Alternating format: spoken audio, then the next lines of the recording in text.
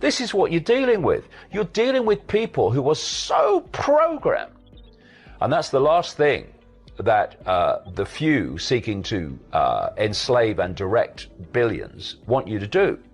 And what Tesla said is that mainstream science thinks deeply, but doesn't think clearly. But you need to be sane to think clearly.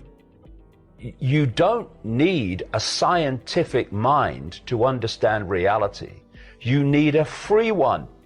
And the scientific mind can be a massive drawback to understanding reality. Because, you know, if you look at a human life, it is a 24/7 almost downloading of a program of perception. Look at it. You come out of the womb and you are immediately influenced in your perceptions of the world by your parents, who've been through the same programming process you're about to go through, and are not passing it on to you through malevolence, but because they think it's real. So immediately you're out the womb and you're already having your perceptions directed and molded by your parents. 3, 4, sometimes 5 years only after you enter this reality, you're sitting at a desk and an authority figure called a teacher is telling you at least 5 times a week, hours and hours a day, what is, what isn't, what's right, what's wrong, what's possible, what's impossible, what's happened, what's not happened.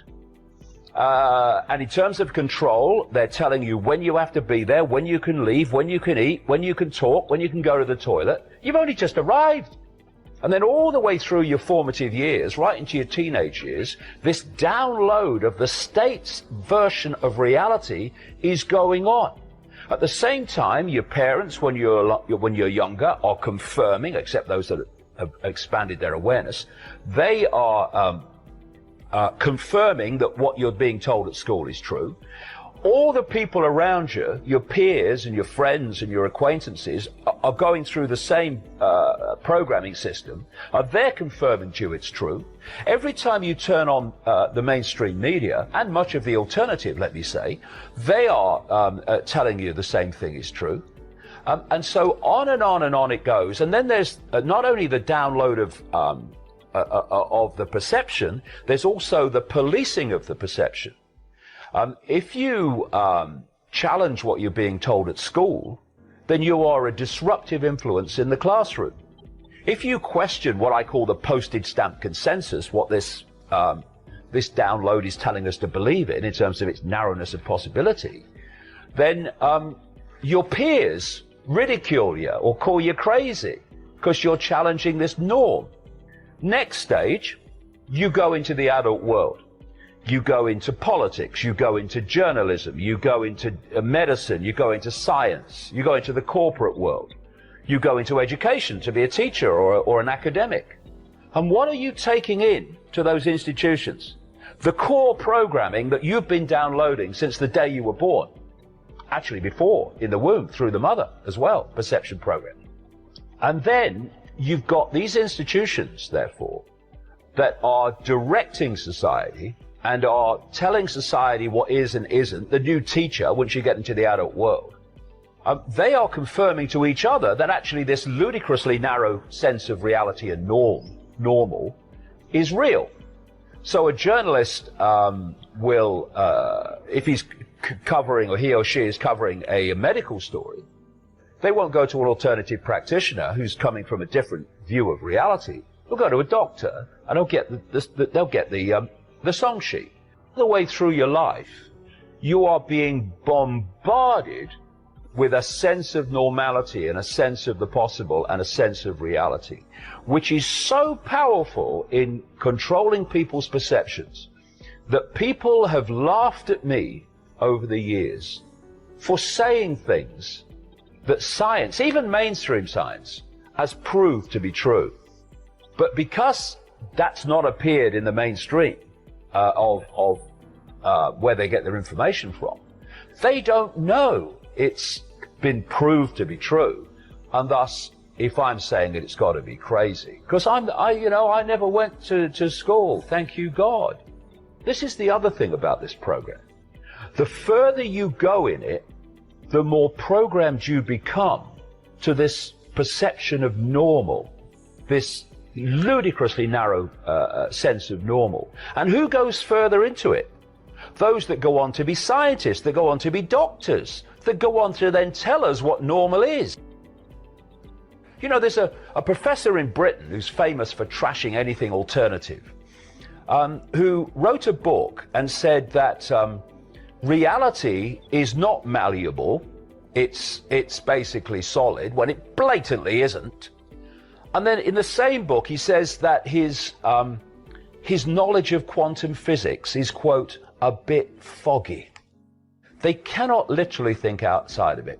So, as Tesla said, they can think deeply within the program, but they can't think clearly, so they see beyond the program. That's why we need free minds looking at this, not scientific minds. They're never going to suss it. Why do animals know when an earthquake's coming? Why do they know when there's a storm coming before humans do? Because they haven't been to school. They don't read the local newspaper and watch the mainstream media. They've not got peer pressure all the time that we've discussed to desensitize them from the wider field and focus them only at a tiny band of it. They want you isolated in a sense of little me, in a sense of everything's apart from everything else, rather than we're all expressions of the same awareness having different experiences. And so the system has been set up to pressure people from the earliest age to sense and self-identify themselves with the labels of experience rather than the infinite, eternal totality of who we really are. And once you enter the realm of the five senses, and that's where science is, quantum physics apart, that's where medicine is, almost entirely medicine. You can only see what you can see. You can only perceive what your five senses can draw to you in terms of experience.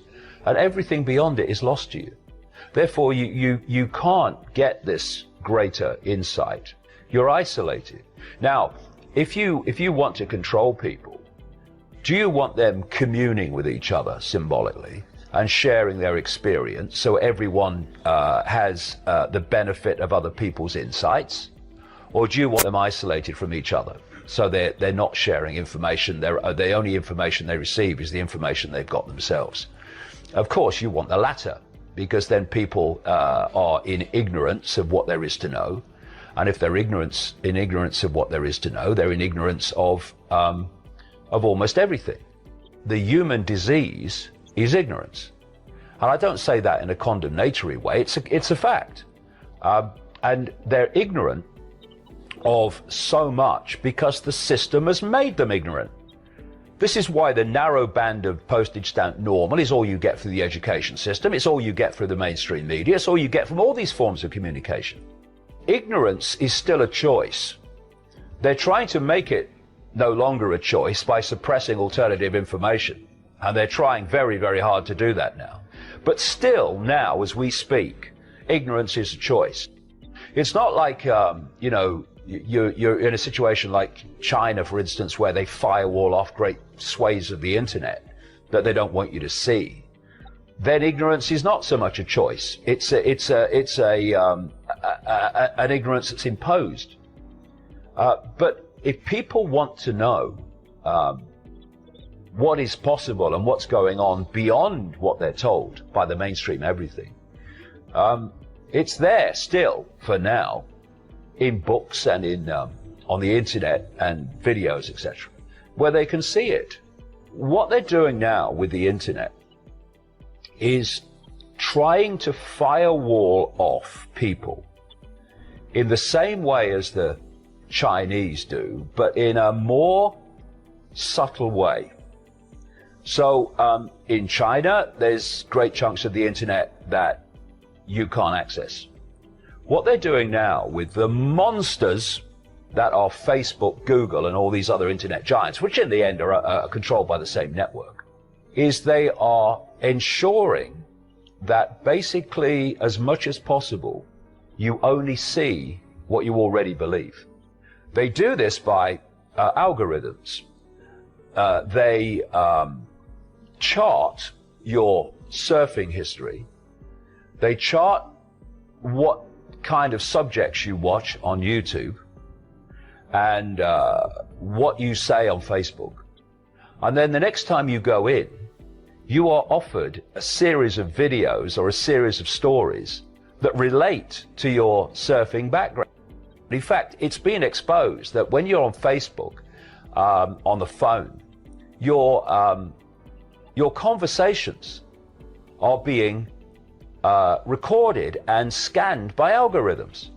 And they found this out by people having conversations about various subjects. And when they next went into Facebook, they were being offered advertisements for the subjects, not that they'd been surfing, but they'd been discussing between each other. And what that means is that you have a certain belief system. And when you go into the web, as much as possible, they're offering you only that belief system. They don't want you to see something, if you like, by accident, that might make you think, oh God, what's that? Oh, I didn't know that. Hey, come and look at this. They don't want that. And this is what's being done by algorithms now. There's this war on expanded perception going on.